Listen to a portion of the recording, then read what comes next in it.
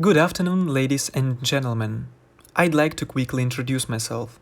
My name is Dmitry, and I'm a first-year student of Faculty of International Relations at Petrozavodsk State University. The topic of my presentation is Realism and Neorealism in the Theory of International Relations. My presentation includes such parts as Introduction, Realism in the Theory of International Relations, Neorealism in the Theory of International Relations, Summary, Conclusion, and References. The aim of my speech is to consider realism and neorealism in the theory of international relations and to find out what role these two areas play in the system of international relations. It's impossible to talk about realism without mentioning Hans Morgenthau.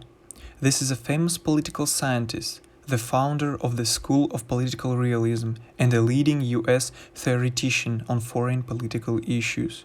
In his works, Morgenthau focused on the development of the foundations of the theory of realism, which, in his opinion, could not only explain international relations, but also effectively influence the development of foreign policy. Now let's talk about what political realism is. In the theory of realism, international relations are seen as a struggle for power, and power as an opportunity to control people's minds.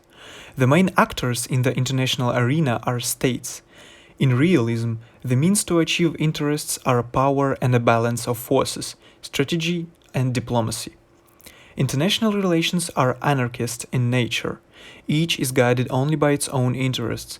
Therefore, the main incentive of states in the international arena is national interests. Since there is no supreme power in international relations, the principle of help yourself prevails in them. However, after some time, realism has undergone changes, primarily thanks to Kenneth Waltz. Waltz is an American political scientist who made a key contribution to the creation of neorealism. In his works, Waltz argues that the world exists in a state of permanent international anarchy. So, what is the difference between neorealism and realism?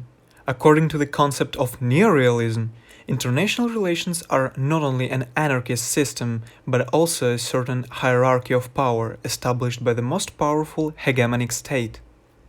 The main difference between the two theories is that classical realism puts human nature, or the urge to dominate, at the center of the explanation of war, while neorealism doesn't rely on human nature and argues instead that the pressure of anarchy forms results regardless of human nature or internal modes. Summarizing all of the above, we can see that neorealism was Waltz's response to what he saw as flaws in classical realism. Although the same terms are sometimes used, neorealism and realism have many fundamental differences.